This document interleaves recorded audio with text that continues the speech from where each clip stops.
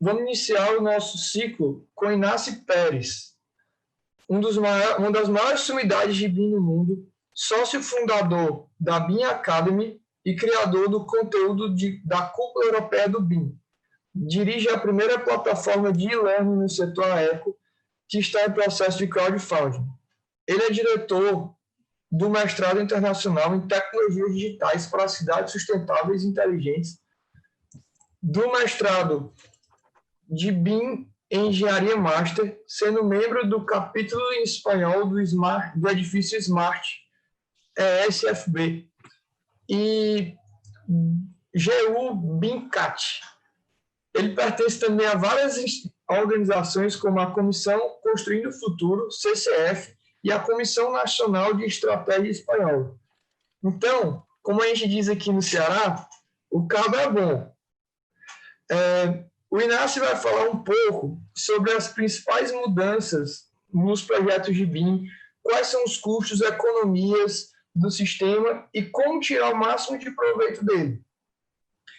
Lembre-se agora que a gente vai colocar todo mundo no canal espanhol, para a gente poder escutar a tradução simultânea da palestra dele. Beleza? Inácio, muito obrigado por vir com a gente, por dividir com a gente seu conhecimento. São exatamente 18h30. Muchas gracias a vosotros. Aqui no Brasil. Voy a compartir la pantalla, espero que se vea. E agora vamos começar, você que manda. ¿Sí? Bueno, he tenido un poco de problema porque el ordenador en el que estaba conectado no hacía la conexión de cámara y lo que estáis viendo estará un poco desestructurado con el texto, pero os lo enviaré bien. Lo más importante, lo que hoy me toca hablar con vosotros y la misión de hoy era responder una pregunta de si el coste es lo que llamamos nosotros el stopper o la principal causa de que la gente no implemente el BIM. Por lo tanto, aquí hay una idea de poder trabajar de forma distinta lo que se trata una implantación de BIM. La idea es presentaros o preguntarnos si es más costoso un proyecto no entregado a tiempo que una implantación de BIM. O cuando un proyecto ha multiplicado su presupuesto más de una vez, si esto también es más costoso que haber invertido en BIM. Por lo tanto, la idea... Um segundo, Inácio, por favor. Sí. Pessoal, é a primeira vez que a gente está fazendo uma tradução simultânea e está engolindo. Eu acho que está no mesmo canal. Inácio, você, por favor, pode colocar para o áudio original e o tradutor fica no canal de espanhol, por favor. Vamos a ver.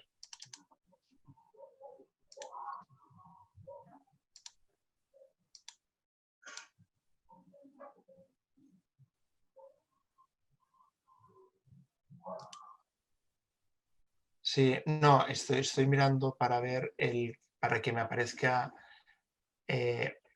Voy a dejar de compartir y vuelvo a compartir porque no me aparece sino el canal. ¿Ahora se oye bien? ¿Ahora sería idóneo? Vale. Bueno, entonces, si os parece, volvemos a compartir la pantalla. Y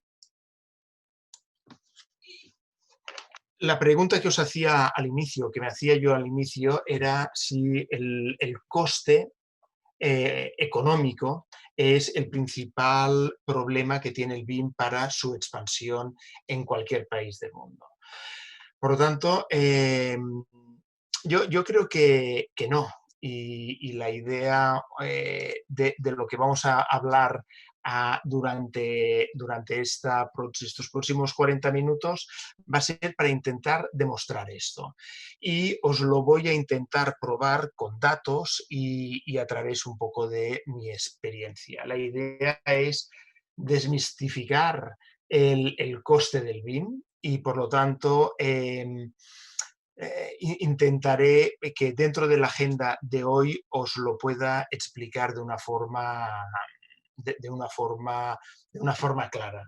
Mi opinión, según mi experiencia, porque claro, esto al final depende de cada uno de nosotros, de lo que ha hecho, y por eso yo puedo afirmar de que entre la formación, el consulting, los eventos que hemos ido realizando, podemos llegar a esta conclusión, ¿no? Nosotros desde BIM Academy estamos trabajando en distintos másters. Aquí os he puesto un poco una muestra de las cosas que estamos haciendo últimamente.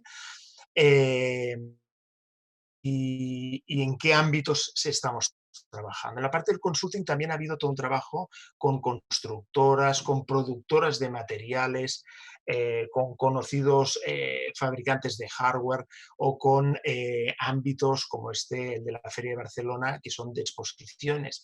Pero también en el ámbito público, y por eso yo creo que voy a ser capaz de demostraros que el coste no es un problema, tanto estemos hablando desde el punto de vista privado o desde el sector público, porque también hemos tenido experiencias, por ejemplo, en la Agencia de la Vivienda en Cataluña o en el mismo gobierno de nuestra región, de nuestra comunidad autónoma, que se llama Cataluña. También hemos participado con el Ministerio de Fomento del Gobierno de España y estamos asesorando otros países como Macedonia del Norte, India, etc. Y esto nos da una experiencia que nos lleva también a trabajar con distintos eventos. Esto solamente como una muestra para ver si realmente puedo tener criterio para decir que el coste no es realmente el problema de la implantación del BIM, ¿no? Nuestra idea en un futuro es llegar a crear como un Netflix del e-learning para el sector AECO, y entendemos como AECO el sector de arquitectura, ingeniería, construcción y operación, y por eso la idea es llegar a hacer que todos tengamos un modelo de negocio, sea público o privado, para poder utilizar no solamente el BIM, sino las metodologías de la construcción 4.0, pero esto nos llevarían a otro discurso más largo y de otro tipo. Pero ¿cuáles son las ventajas del BIM? Las ventajas del BIM, desde mi punto de vista, principalmente para el sector, que es el que nos ha invitado hoy desde Sinduscon, y a los que he de agradecer a Marcelo, a Claudio, a Víctor, esta confianza por iniciar estos pasos conjuntamente. Las primeras o las principales ventajas es no solamente pensando para la propia institución pública o para la propia empresa privada, sino para aquellos que reciben nuestros productos. Y entendamos por productos nuestros edificios, nuestras carreteras, nuestras autopistas, nuestros ferrocarriles, nuestros puertos, nuestros aeropuertos, nuestros canales de agua. O sea, en realidad, todo nuestro trabajo que debemos hacer. Esto, si nosotros estuviéramos en los países nórdicos, cualquiera de nosotros como técnicos públicos, allí se les llaman servidores públicos, estos servidores públicos están pensando cada vez cómo poder ser más eficiente para hacer que las contribuciones de todo el sector civil de un país tenga el máximo rendimiento, tengamos la máxima calidad en aquellas obras y aquellos servicios cuando nosotros hacemos un proyecto y después hacemos una construcción. Por lo tanto, y aquí veis algunos datos, ¿no? Pero fijaos cómo en Estados Unidos, por ejemplo, el 18% del PIB, o sea, del Producto Interior Bruto, es en los proveedores, en las obras, los proyectos y los servicios. Casi el 20% de un país depende de todo nuestro trabajo. Entonces, esto también ocurre en Europa y también os incorporo aquí alguna información. Cuando nosotros ya se implementó la compra electrónica, ya empezaron a haber unos ahorros entre el 5 y el 20% en la, llamémoslo así, adquisición de esto. Yo no le llamaría adquisición, yo le llamaría contratación, y después también os probaré por qué. Lo importante es que, por ejemplo, en Europa, nosotros invertimos 2 trillones de euros cada año en obras y proyectos. Solamente que pudiéramos ahorrar un 5% de estos 2 trillones de euros significan más de 100 billones de euros por año. Y esto significa hacer gratuitamente, gratis, porque lo hemos ahorrado de haber gestionado bien nuestros proyectos, significaría poder hacer 150 grandes hospitales, que esto sería pues casi la mayoría de grandes hospitales que existen en Europa. Esto significa que es una potencia increíble que nosotros podamos ahorrar un X% cuando nosotros estamos trabajando en un proyecto o en una obra para un servicio público, también en un servicio privado. Pero el sector privado ya entiende mucho más rápido el hecho de que si puede ahorrar dinero y ahorrar dinero es igual a beneficio, ya incorpora esto. Entonces, ¿qué es el BIM? Porque quizá alguien del entorno que está hoy acompañándonos no lo sabe, pero BIM responde a un acrónimo que es Building Information Modeling. Por lo tanto, es aquella modelización, hay que hacer una maqueta en 3 dimensiones de una forma digital, donde cuando nosotros clicamos en cualquiera de esta pieza modelada, tenemos toda la información de un producto, de un material, el tiempo que va a necesitar colocarse, su precio, sus colores, sus características técnicas. Está toda la información de un proyecto, pero es que además hay la información, como veis aquí, física, ambiental. O sea, ¿de qué manera vamos a probar que en una obra estamos ahorrando emisiones de CO2 si somos incapaces de medirlas en un proyecto en 2 dimensiones cuando nosotros lo dibujamos en un papel con un lápiz? Por lo tanto, esta información, estos nuevos datos que vamos a tener, van a ser fundamentales para destruir los mitos sobre el BIM, y es lo que vamos a hablar hoy. El primero, que es el que nos vamos a focalizar hoy, es este, que el BIM es caro, el BIM es costoso. El segundo mito es el de que con unas personas que sepan sobre BIM, con una persona que sepa sobre BIM en mi despacho de arquitectura, en mi oficina o en mi departamento, va a ser suficiente para trabajar con BIM. El tercer mito es que BIM es un software. Y ya os lo adelanto a todos, BIM no es un software, es una manera de trabajar y es una metodología. Por lo tanto, hablaremos de una suma de softwares y os preocupa o nos preocupa a todos qué es el coste del software. ¿Qué pasaría si os dijera que existen en el mercado softwares gratuitos? Por lo tanto, a coste cero. ¿Y esto significa que todo el mundo ha implantado BIM? No. Estos softwares, hay 2 de estos softwares que desde hace 8 años existen y no todo el mundo ha implantado BIM. Y por lo tanto, que nos cuestiona psicológicamente un cambio de paradigma luego. Y el cuarto mito es que yo solo puedo hacer BIM, no es necesario nada más porque yo sabiendo BIM no necesito ninguna persona más dentro del proceso de la construcción que también BIM, y eso es un problema. Y vamos a intentar hoy, dejadme porque vamos a tener ahora unos 30 minutos más, intentaremos desmitificar el mito número 1. El 2, el 3 y el 4 tendrían que ser otras sesiones porque no nos va a dar tiempo, pero os voy a intentar por lo menos convencer de que el coste a 360 grados es positivo, no es negativo, no supone un coste para nosotros, sino un beneficio. Y lo vamos a hacer viendo 4 situaciones distintas. El BIM como un cambio de paradigma. Después os voy a explicar qué es la curva del esfuerzo de McLeamy, de Patrick McLeamy.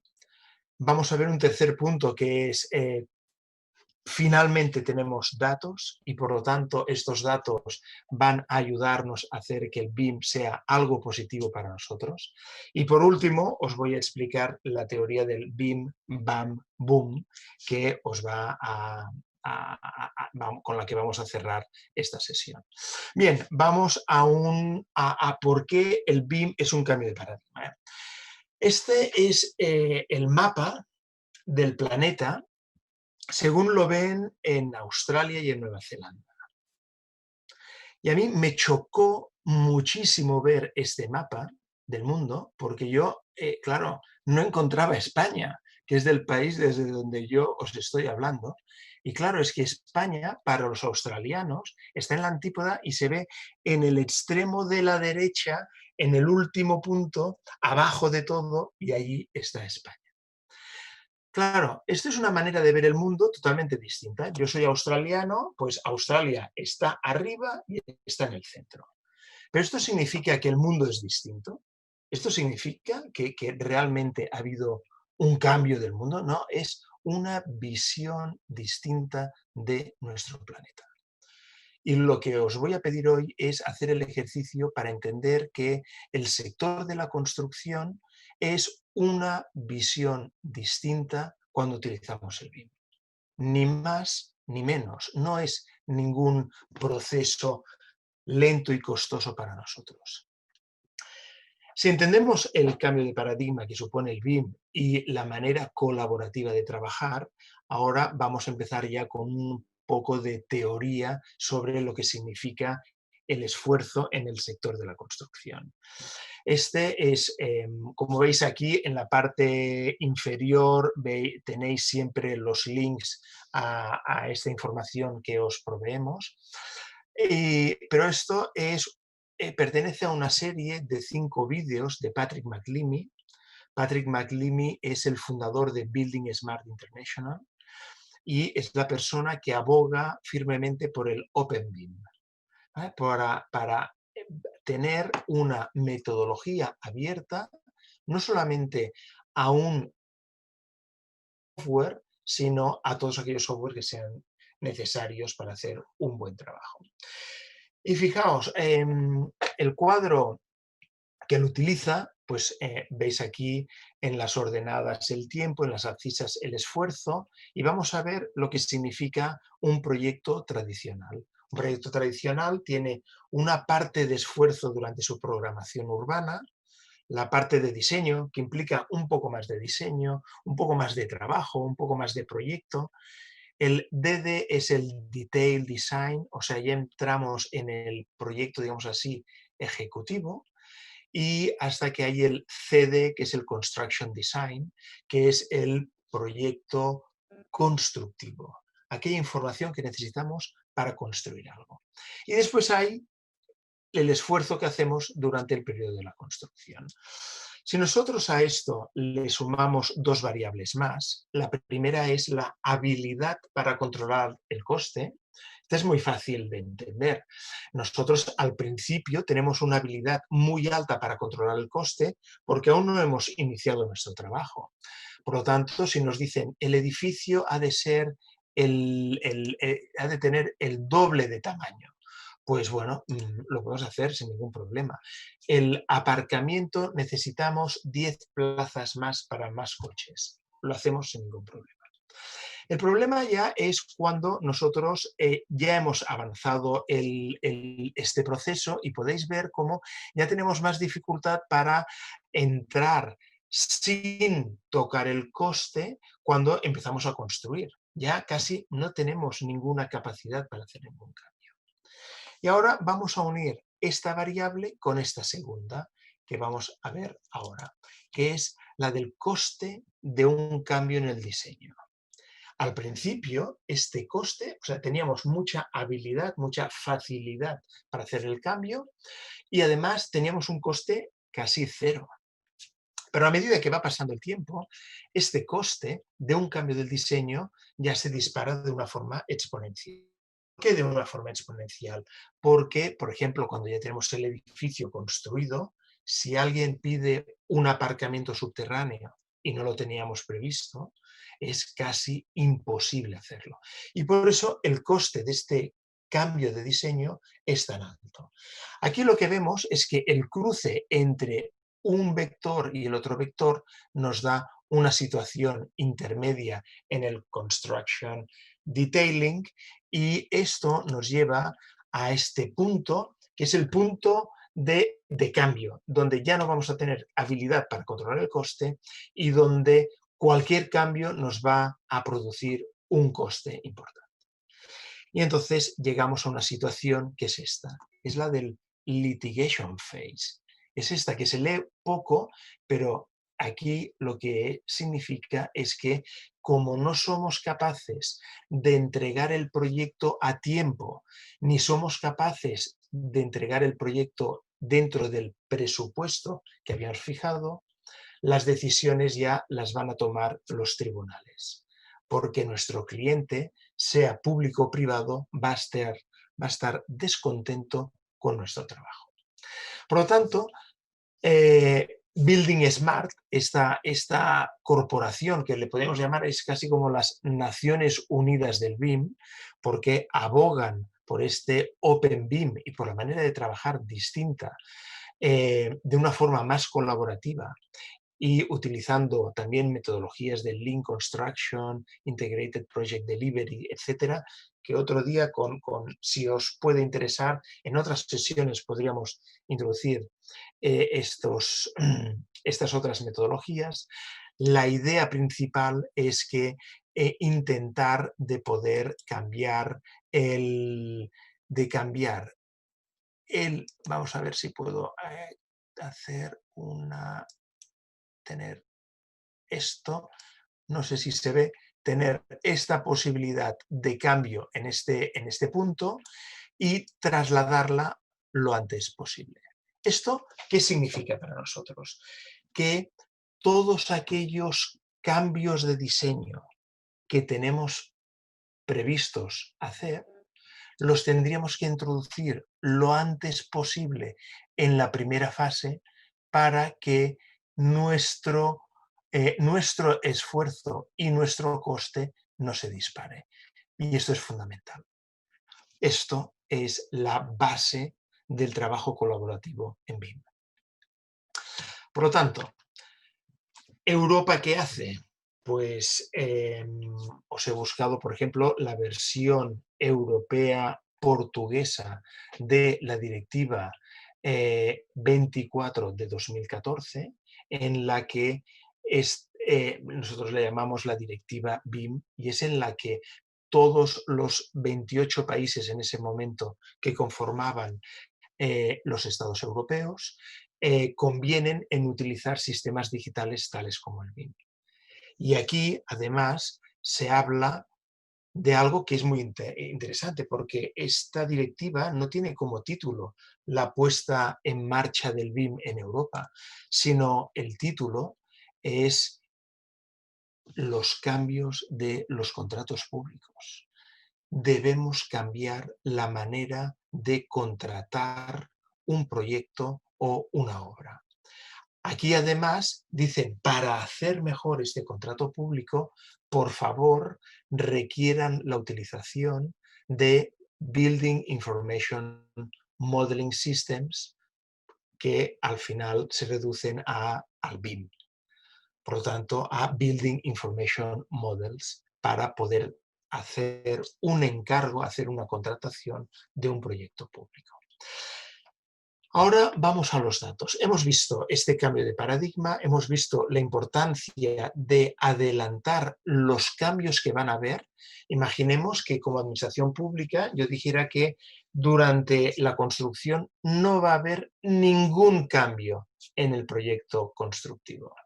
Por lo tanto, no habrá ninguna modificación. Y si no hay ninguna modificación, no habrá ningún cambio económico ni temporal, porque no hemos añadido nada a lo que los técnicos han realizado en su momento. Esto es difícil, porque políticamente, geológicamente, estructuralmente, por temas estéticos, tanto políticos como técnicos como constructores nos gusta hacer cambios. Pero vamos a ver estos cambios lo que producen, porque ahora vamos a empezar a tener datos para medirlos. Y estos datos os los quiero introducir con esta de Forres, si la conocéis, pero es magnífico cuando dice que distinto, y es como una caja de bombones de chocolate. Cuando la abres, no sabes cuál te va a tocar. Pues es lo mismo en el sector de la construcción. Fijaos, en inglés esto es un documento, como podéis ver, del gabinete del Ministerio de la Cabinet Office y del BIS, que es el British. Tratan de introducir todos aquellos estándares y protocolos dentro de los distintos sectores, también el de la construcción. Por lo tanto, delante de esto que no sabemos qué nos va a ocurrir, os voy a dar algunos datos. Estos datos provienen de distintos informes de una empresa que se llama Dodge Data de Estados Unidos, que de una forma periódica va consultando distintos países, y lo interesante es que Brasil se encuentra aquí. O sea que existe ya Brasil. Este es uno de los informes, he intentado buscar, de 2013. Entonces tenemos datos ya de hace mucho tiempo en la que se está explicando la importancia de cómo los contratistas están pensando en un retorno positivo de una inversión en BIM. Por lo tanto, ya no lo digo yo, ya lo dicen los datos. El primer país más convencido de todos es Japón. Japón, con un 97% de contratistas que saben que el BIM es algo positivo para su empresa. Pero no es algo positivo porque trabajan mejor, hacen los proyectos en menos tiempo. No, no, porque ganan más dinero. Y aquí sí que hay un cambio de paradigma que todos hemos de ser conscientes, y esto ocurre en todo el mundo y os lo demostraré, que es que el sector de la construcción hasta ahora gana dinero gracias a la ineficiencia del proceso. Y a partir de ahora, el sector de la construcción deberá ganar dinero a partir de la eficiencia del proceso. Y esto es un cambio, como un cataclisma dentro del sector de la construcción. Bien, ¿y qué dicen los contratistas? ¿Qué beneficios da BIM cuando están hablando dentro de su compañía? Aparte de los económicos, ¿no? Pero fijaos, el 41% dice que reduce errores y omisiones. O sea, temas que los propios arquitectos e ingenieros han olvidado dentro de sus proyectos. Algo que también dicen los contratistas es que tienen una mejor colaboración con los owners, con los propietarios, con los promotores y con los diseñadores. También que mejora la imagen de su empresa. Esto, por ejemplo, en España lo hemos visto. Constructoras, ingenierías, estudios de arquitectura que han adoptado el BIM y han hecho pública esta adaptación del BIM y esta adopción del BIM, han ganado proyectos de forma continua. Los inversores extranjeros que en estos momentos invierten en España, como conocen el BIM, quieren trabajar con empresas que sean BIM. Pero no solamente esto, obligan a no contratar a ninguna empresa que no utilice el BIM. Por lo tanto, esto cambia las reglas del juego de una forma directa. Veis aquí cómo se reducen las repeticiones del proyecto, reducen costes de construcción, etcétera, etcétera, etcétera. Podríamos ir analizando cada uno de ellos. Pero ahora vamos a ver el impacto del BIM en los contratistas, en las constructoras. O sea, el ROI, que es el Return of Investment, es positivo para una constructora. Y aquí es interesante ver que aquella gente, esto es importante estar concentrados ahora, aquella gente que ha adoptado BIM tiene un gran retorno de la inversión. La gente que no está convencida de utilizar el BIM o no lo utiliza de forma normal, no encuentra que tenga un retorno positivo del BIM. Por lo tanto, ¿qué significa? Que el BIM ha de llegar a todas las capas de una institución pública o a todas las capas de una corporación privada para realmente obtener el máximo de rendimiento económico de la implantación del BIM. Por lo tanto, ahora empezamos ya a tener métricas.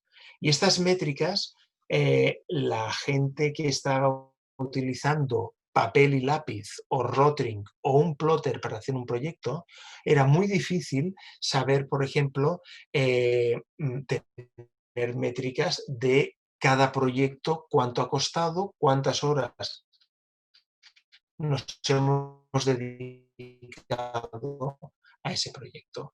Fijaos qué edad de empresas, y quizá si os lo pregunto a vosotros os pasaría, para que me determinarais cuál es el coste de una hora de reunión en vuestra empresa y cuál es el coste de una reunión con 5 personas durante una hora en vuestra empresa y con otras empresas. Esto nosotros, al menos en España, hablamos por experiencia propia, si empezamos tarde una reunión y acabamos tarde una reunión o la posponemos y hacemos que la gente tenga que volver a su empresa o a su casa para volver a repetirla, nadie paga estos costes, nadie. Y ahora tenemos la capacidad para poderlos contabilizar.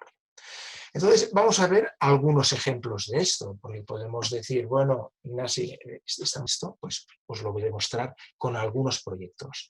Esto es una información de España y podéis ver de cuándo es, del 2012, en el que 30 obras públicas nos hemos gastado más de 6.000 millones de euros. O sea, esta cantidad daría para implantar BIM en cada uno de nuestras oficinas, para cada uno de los técnicos que existen en nuestros países, a cada uno de los obreros de la construcción que están trabajando, a cada uno de los fabricantes y de los manufacturadores de materiales de la construcción. Absolutamente a todos. Pero claro, lo que ocurre es que estos 6.000 millones, ¿de dónde salen? Pues mirad, salen de mi cartera y de todas las carteras de todos los habitantes de nuestro país. Y nadie nos quejamos por esto.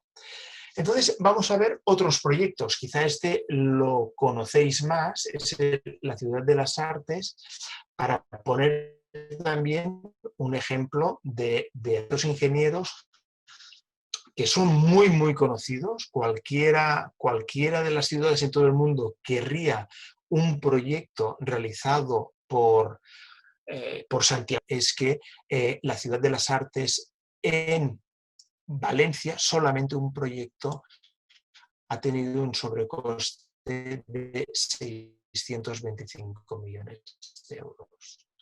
Por lo tanto, ¿cuál es el coste del BIM? El coste del BIM sería ahorrar 600 millones de euros para hacer un edificio de este tipo, gracias a tener todos estos procesos controlados. Y ahora saltamos, no hace falta ir a España porque quizás poca gente lo sabe, pero tenemos con el BIM es de nuestro sector y no es de nuestra mentalidad. Yo mismo pensaba que era un problema de, bueno, somos latinos, somos mediterráneos, ¿no? Vosotros sois brasileños, pero no, el problema es que en Alemania está ocurriendo exactamente lo mismo. Y esto es lo que ocurre, por ejemplo, con el aeropuerto de Berlín, que se supone que este mes de octubre abrirá, cuando tenía, o sea, 8 años de retraso y solamente 5,7 billones de sobrecoste. 5,7 billones de dólares de sobrecoste. Eso en un país como Alemania. ¿Quién es el mejor planificador del mundo? Un alemán. ¿Quién tiene la cabeza más cuadrada para hacer una planificación? Un alemán. O sea, fijaos que empezaron en el 2006, first deadline era 2011, lo alargaron a 2012, lo alargaron a 2013, en el 2013 volvieron a alargarlo y ahora aún están acabando de construir un aeropuerto en Berlín. Esto también es para sacarnos peso de encima nuestro, ¿no? Porque también en Stuttgart ocurre lo mismo. En la estación soterrada de Stuttgart les ocurre lo mismo, pero el sobrecoste, fijémonos, si alguien tiene una calculadora lo podría ir sumando, 9,2 billones de dólares. 10 billones de dólares. Entonces, ¿el BIM es caro? ¿No? No es que sea caro, es que solamente habiendo solucionado uno de estos proyectos lo hubiéramos pagado. Entonces, ¿esto quién lo ha hecho, por ejemplo? Pues países como Finlandia. Finlandia en el 2007 obliga a que todos los proyectos públicos se hagan con BIM. ¿Por qué? Porque no quieren ningún retraso, no quieren ninguna modificación de un proyecto. Y por lo tanto, el coste de haber implantado BIM en un país como el de Finlandia ha sido negativo. No, no tienen estas situaciones en las que un país como Alemania se está encontrando en estos momentos. Pero es más, por ejemplo, con Jacques Herzog y Philippe de Meuron, los arquitectos suizos, yo había trabajado cuando había estudiado con ellos en una oficina aquí en Barcelona, pues fijaos, o sea, el proyecto ha tenido un sobrecoste de 575 millones. Pero es que además lo que es alucinante es que los salarios de los arquitectos han llegado a los 100 millones de euros, señores. Y no ha ocurrido nada. Pero es que lo importante es que los 100 millones de euros que han cobrado estos arquitectos suman más que el proyecto inicial que estaba previsto. Entonces, ahora, ¿qué ocurre? Pues Europa ya no acepta estas situaciones. Europa financiaba estos proyectos y Europa ya no quiere obtener algo por lo que ha pagado y no tenga el mismo valor. O sea, fijaos lo importante de que cuando nosotros pagamos por un automóvil, por un carro, me parece que lo decís vosotros, por un coche, tú pagas 30.000 euros y obtienes un producto llamado coche valorado en 30.000 euros. Cuando esto lo hacemos en la construcción, sabemos el precio que va a tener, pero cuando lo obtenemos, pues imaginemos que aquel coche tiene un motor distinto, unas llantas distintas, un color distinto, nos lo entregan un año más tarde y cuesta más dinero de cuando lo habíamos querido comprar. Esto sería inadmisible para nosotros, pues es lo que ocurre en el sector de la construcción. Por lo tanto, vamos a analizar lo que es el BIM Bam Boom, ya para ir terminando esta exposición. Y vamos a hacer también otra propuesta de lo que significa el coste aplicado del diseño dentro del ciclo de una construcción. Fijaos que aquí tenemos el beneficio que se obtiene de un proyecto y aquí la temporalidad de un proyecto. Para cada euro que nosotros aplicamos en el diseño, para cada euro que aplicamos para diseñar un proyecto, este euro se transforma en un 4 veces multiplicado ese importe. O sea, lo que nosotros hemos diseñado se multiplica por 4 cuando lo hemos construido. Además aquí, fijaos que ya utilizo la palabra assembly, no la palabra building o construction, porque ya debemos empezar a pensar que debemos empezar a fabricar edificios y no construir edificios. Hemos de empezar a fabricar infraestructuras y no construirlas. ¿Por qué? Porque lo importante es que el valor que nosotros hemos dado a este proyecto se nos multiplique exactamente por aquella cantidad que nosotros estábamos pensando, porque aquí tenemos el verdadero coste de una obra y es los 50, 60, 70, 80 años que un edificio o una infraestructura va a ser útil. Y esta cantidad de 70 euros es lo que vamos a tener que invertir de forma proporcional durante toda la vida de utilización de aquel edificio, de aquel hotel, de aquel hospital, de aquella escuela, de aquel museo o de aquella carretera o de